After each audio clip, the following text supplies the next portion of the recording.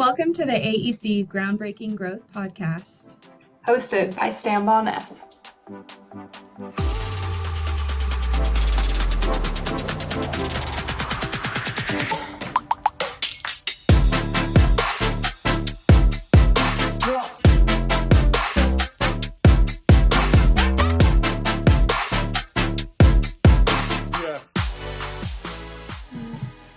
Hi, everyone, and welcome back to the AEC Groundbreaking Growth Podcast, where we talk about leaders and change makers who are shaping the future of the AEC industry. I'm your host, Emily Lawrence, and today we are kicking off with a special two-part conversation with someone who has not only been ahead of the curve, but is helping define where the curve goes next in the industry. That's right. Today we are joined by Kristin Kautz, partner at Jam Idea Agency, AI Strategist, longtime AEC marketing leader. Kristin's really worn a lot of hats in the industry, from working at large architecture and engineering firms to directing marketing for Georgia O'Keeffe Museum, so very varied experience, to now advising teams on how to navigate the fast-changing world of technology and AI within AEC. So Kristin, welcome. Thank you. Thanks for having me. I was telling you earlier, this is weird to talk about yourself, but I'm excited. We'll see what happens. Well, we're so excited to have you with us. And just to get us started, can you tell us a little bit about your story? How'd you get to where you are in the AEC industry? So I don't know if any of us really plan to be in architecture, engineering, and construction, especially as marketers, right? So I've always was interested in marketing. My mom and the grocery store when I was a baby, y'all are too young for this, but there used to be TV, and she would stroll me around in the grocery store, and I would see something on the shelf and I would sing the jingle. And so maybe something about marketing was in my blood really early on, and I'm an artist by nature as well. And so when I went to college, I do have an art degree, but when I got out of college, I went to go work for a female-owned real estate agency here in Houston, really powerful women. It was awesome. I'm going to date myself, the little Apple Max, and my marketing director, taught me everything that I know. And that's how I got into marketing. And then, so obviously really early programs, I'm going to again date myself again, page maker. And I went to go interview for a marketing professional coordinator position at HOK, Helmuth Abad and Kassabaum here in Houston. It was the largest architecture firm in the world at the time. Houston had a really robust, large office. They still do. And I was interviewed for that position, and the director, God bless him, asked me, "Do you know about PageMaker?" And I screamed with enthusiasm, "I love PageMaker." And he was like, "You're hired." And so into AEC. And I will also tell you, my sister is an architect. So somewhere also that was in my blood, but that's what really got me into AEC, and never left until I took that little sabbatical for the Georgia O'Keeffe Museum. Yeah, that's amazing. I love your connections to AEC. I feel like so many people in AEC, when you talk to them, there's like some family tie somewhere. Oh, my aunt, my uncle, my sister is an architect. That's so awesome. I love it. Yeah. And I also think when you have discussions about yourself, I think I'm self-aware. I start to learn things about me as well, right? And what I just realized was, oh my gosh, my foray into AEC had to do with technology. Yeah. And I was thinking that, as you were saying it, like your first. So there you go. It's come full circle somehow. Yeah. Love it. Love it. So you've got that creative foundation, that art background, that early marketing experience at HOK. And you said you marketed yourself into Georgia O'Keeffe Museum at one point. Can you tell us a little bit about that experience of marketing yourself and how that role changed your career progression a little bit? Oh, absolutely. So, well, first of all, going back to the bigger picture of it, I guess, and what I always knew about myself was that you can create your own path. I'm just going to say that out loud to everybody out there. You can create a new path. You can create a brand new job ahead of you. Do not think you're stuck. You don't have to think, and going back to AI, you don't have to think that AI is going to take your job. Like, there are new roles, new explorations, new adventures to be had. Okay. So I wanted to move to Santa Fe and not a lot of corporate work there, but I did have an art background, and the George O'Keeffe Museum at the time was hiring a director of marketing, and I was like, I'm going to go for it. And I used every tool in my toolkit as a marketer, especially for AEC. We're visual, right? We build things, we take pictures of the stuff that we do. And I created a 11 by 17 booklet, if you will, of why me, like pick me, right? And so I don't actually watch the TV show Grey's Anatomy, but it's like pick me. So it was this pictures, and I had why my experience would translate into a museum, not just my background in art and art history from my education or college, but because we were visual. How do you convey something visual that people love and can see, and a legacy, and get them to a place? And I really went in with that type of attitude. And one of the very first questions that the director asked me was, how would you build a network here? And I was like, just like I build a network anywhere. We start with X, Y, and Z, and these people and this kind of thing, and business development. And so I got the job. I was surprised, but I was not surprised at the same time, if you know what I mean. It was like, it was a job of a lifetime. I had to come back to Texas for personal and family reasons, but it was really an experience that I can not only talk about as successful for being able to translate what we do anywhere. Not that I want anyone to leave AEC, let me say that for the record, but if you are in your career path, you translate your experience to something else. I think a lot of marketers get stuck and they're like, oh, I do proposals, and so I have to go find another proposal job. No, you curate information for people in ways that are easily to, easable. I just made that word up. Easily. So how does that look for a different role? And like I said before, in AI upskilling and reskilling and looking at those career paths and those new titles, crucial. Yeah. And I even think about, right, like Emily, there are so many AEC adjacent positions. Oh, like we are consulting to the AEC industry. So even thinking of pathways that are adjacent to AEC and not directly in them. Yeah. Yeah. You don't have to sit in an internal seat. You can decide what fits. I think too, like you said, what would fit me?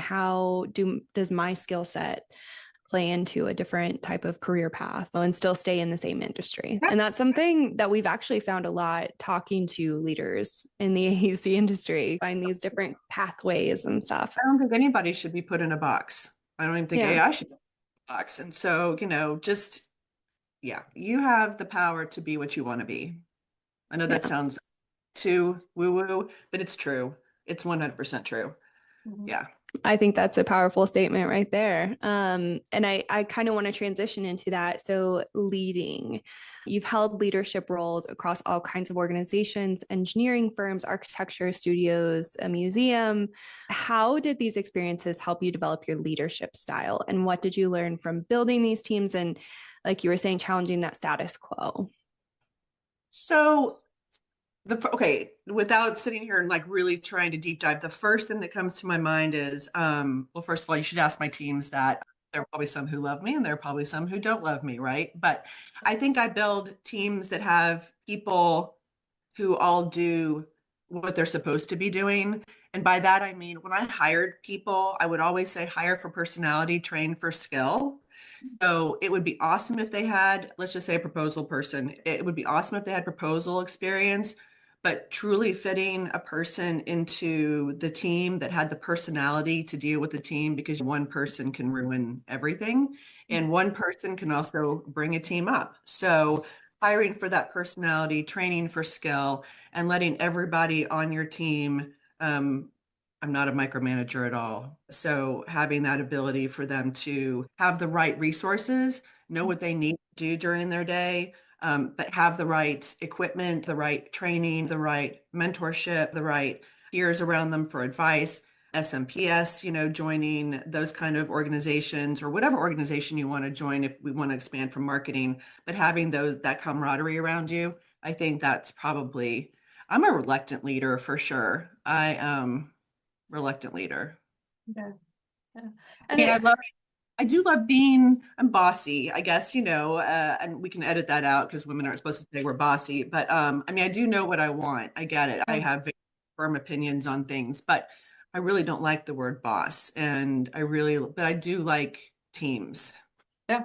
And I think your point to women aren't supposed to be bossy, right? It's only a term that often is tagged to a Yeah. style women have, Yeah. but men have that same style. It's just not called bossy, right? It's a leader. They are very bossy. But I love your point to you're not a micromanager, but you know what you want. You know what you want your teams to do. You hire for the specific kind of personality traits or strengths from a personality standpoint that blend together, and you upskill or train for the skill sets you need. We know it needs to be done. And I will say recently, since this is one of the things is that 3 years ago, Lori Grubbs and I started Jam Idea Agency. And I've worked with Lori for a long time now. And what we have learned about each other, which we already knew, but we've articulated into somebody recently asked me, again, this goes back to not just leadership, but your working style. I am a compass. So I like strategy and I need time to think and I have big ideas. And then Lori is actually a map. She is a detail-oriented person that gets stuff done and we keep each other in check for sure. I have some really weird ideas and then she's like, no, like earth truck isn't going to work, Kristin. You can ask me about that later. But knowing also the style of your team or who you're actually leading I think is important too. Like having people around you that keep you in check, but also help you get things done. Mm-hmm. Yeah. Yeah. You kind of brought up Jam Idea Agency, which is where we wanted to go next. So that's perfect. So eventually you kind of, I guess, take me through the process of starting Jam, right? Because you were in AEC, maybe you saw some kind of trends within the industry and said, hey, I think we want to break out here. And I know there was one specific presentation that you gave that sparked this for you and was like, gosh, there's such a demand, there's such an opportunity, and you created Jam Idea Agency. So walk us through that story a little bit. So, okay, let's just go back to the Jam part first of all. I have started my own companies before, just a longer conversation, but to get through middle parts, like when I said I moved back from Santa Fe to be here for my family, I was working for myself, right? So we all do these things to work for ourselves and figure things out.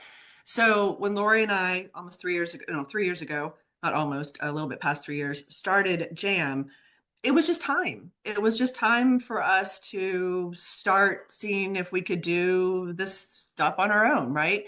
So marketing obviously is how we started out. I did like digital marketing and using technology and marketing. So figuring out how we could do that.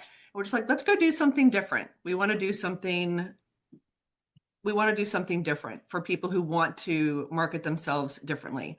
Our industry is very firms are different on the inside, but they don't want to be too bleeding. I mean, I've had so many clients say, we're not bleeding edge, like bring us back from that. So it's a little bit vanilla, a little bit stodgy. And we're like, let's see if we can find people who want to just do something really interesting. So that's how it started. Okay, that's how Jam started, which was awesome. And then, like you mentioned, so that summer in 2022, I was getting ready to submit for an SMPS regional conference. And instead of doing business development 101 or how to be a proactive marketer or, things like that, that lots of people can cover, I said to myself, what do I find really interesting? What gets me up in the morning? And it was technology.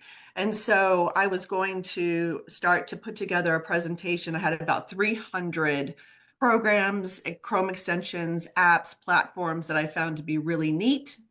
And I submitted this topic. I got selected. And so now I had to narrow these 300 down into an hour-long presentation. As I was working on the presentation is when OpenAI and ChatGPT was launched onto the world November 22nd of 2022. I can't believe it's been that long ago. And so I put it in my presentation, just a little bit. Like I started out with Chrome extensions. So I put ChatGPT into it. And by early January of 2023, when I gave the presentation, I first of all, I was like, well, they're all going to know what this is, right? We've got really smart, energetic people in marketing, especially at S&PS, and they're going to know, they're going to be like, I already know what that is. I already know what that is. And the first Chrome extension that I showed them, which is not AI, was just a website scraper for emails. And the blood like just drained from their face. And I could see them just go, like, what did she just say? What did she just do? It was the first slide. And then I thought, oh, okay, this is really interesting. And because I'm a visual thinker and a visual learner, I really like feedback from people's faces. So I'm very engaged on their faces. And it wasn't just one person, it was like the whole room. And so just the farther along I got, I was like, are y'all okay? What's happening here? And so the buzz after I finished was just, I don't know, it was like nothing I've ever received feedback. I've just never, ever had that kind of attention or like, what did you do? And where did you get this from? And I gave it the next day. And it was again, a lot of the same people in the room because I wanted to hear it again. And then big standing room only. And so that was in New Orleans. And Lori and I were driving back. And I was like, Lori, this is what I want to do for the rest of my life. And she's like, what does that mean? What does that mean for marketing and jam? And I was like, I just want to pivot. I want to add a service. I want to still do marketing. So our company does marketing. We do, all types of marketing for people. And I am focused on AI. I'm focused on, because I've sat in those rooms before in leadership. I have watched leadership, and AI is not IT. That's a whole different discussion, but they don't include IT even in the room. They have no idea what's coming. They have no idea what's already here, already possible. And because we're marketers, we're storytellers, we can take really complex information and filter it into a story that they can actually understand, because there's a lot of noise out there, and how do we filter it? And I just thought, oh my gosh, for the first time in my life, I have found something truly that I am really passionate about, gets me up in the morning, my industry needs, and they'll probably pay me for it. So that trifecta of, the circle, and when you find that thing. But I was coming back to leadership, et cetera, and my career, I didn't invent AI. So I didn't cause this. I was 100% ready for it though. And I was ready for when I saw that I could do this, and going back to that, you can change your career anytime. No fear. I mean, that drive back from New Orleans, I was like, I'm not going to do anything else ever again. So Yeah. yeah. So it kind of ties all of that in, like faith in your confidence in yourself, like real confidence in you don't have to make it up or spin it. The confidence in what you already know you can do and deliver, and the opportunity to be able to say, yep, I'm going to take that step forward. And that's really what happened with AI. And from that one presentation, I started to get more calls to present. And from then those calls and those presentations, I got leads for consulting and built a practice around that. Yeah. I want to circle really quick because I think that this is a really important thing. So talking about finding your purpose and this is what I want to do, and that trifecta. So it's, can I get paid for it? And then am I passionate about it? Be passionate about, right? Mhm. What does the world need? And for world, I said my industry, like my industry, there was just no one talking about this already. And so what are you passionate about? What is the world or your industry, or what does your people need? What does your audience need? And can you get paid for it? Right. So those circles, I didn't invent that graph. Let's have the asterisk that did not invent this graph, but that is the pinpoint of what you should be doing. Yeah. And I did not create AI. So I think in the marketing aspect of the world, I could have also turned to just technology and marketing. We do geofencing, we do geoframing, like we do some really interesting digital stuff that's not happening in our AEC space at all. So that was interesting to me already. And I think we still provide that. So I could have gone on that road for a while, but AI has just changed everything for me. Yeah. And I was going to say, we're going to tease maybe a second episode here, but really to your point, you're focused on AI and technology beyond just marketing and AEC. You're talking tools, Chrome extensions, add-ins, et cetera, for workflows and optimizing the way you work on a daily basis. Yeah, it's how firms start, right? So the noise is too overwhelming, and I present and they're like, how do we start? And so we start with this consulting, and I'm moving firms forward. When we talk about AI, it's not just a particular tool, it's not just technology, it's this greater discussion and the possibility. But when you talk about AI, firms need to think about contracts, insurance, their own marketing differentiators. It affects BD, how they charge for their fees. We need to go to value added, not hourly rate anymore. That's going to freak people out. So, I mean, leadership, it does have to include IT and technology, but it's a lot of bigger operational issues that everyone starts to think about. You're going to have new roles, new titles. You're going to get rid of some roles and skills. I'm not recommending you just like fire people. That is, we are a relationship-based industry. So like, that's not it. But people, we can't find people to even do the work that we have. And so if an administrative role goes away or, people need help with timesheets and receipts and writing emails and managing email. And if they can get their time back for that, our whole industry is just transforming. And it's on the design side, it's on the business side, it's on the infrastructure technology side. So it's this whirlwind of everything. And I try to help firms have a roadmap so that they can come back to a process. Every time you feel chaotic, even in your personal life or your professional life, when you feel chaotic, I do believe in process. I believe in like grounding, where are you, taking the step back. And I teach that in the AI world too. Don't feel overwhelmed. You take the step back and you think, what do I need right now? And so I try to really help. That's what I help firms do. So I have a marketing, I'm up to my eyeballs in marketing. That's a huge part of my experience. But I've been in this industry for 25 years. I've sat at leadership tables. I know the language. I know the problems. I know the challenges. I know what y'all use for metrics. So yeah. And oftentimes it's that you're a guide from the side, right? A third party saying that same things oftentimes that sometimes Yes. leaders know they need to do, but having that backbone and support and person to hold them accountable. So that's great. Consult different is a whole different podcast. Yes. And we're excited for the next one, but to kind of wrap here a little bit, I know you talked about the Venn diagram and finding that sweet spot.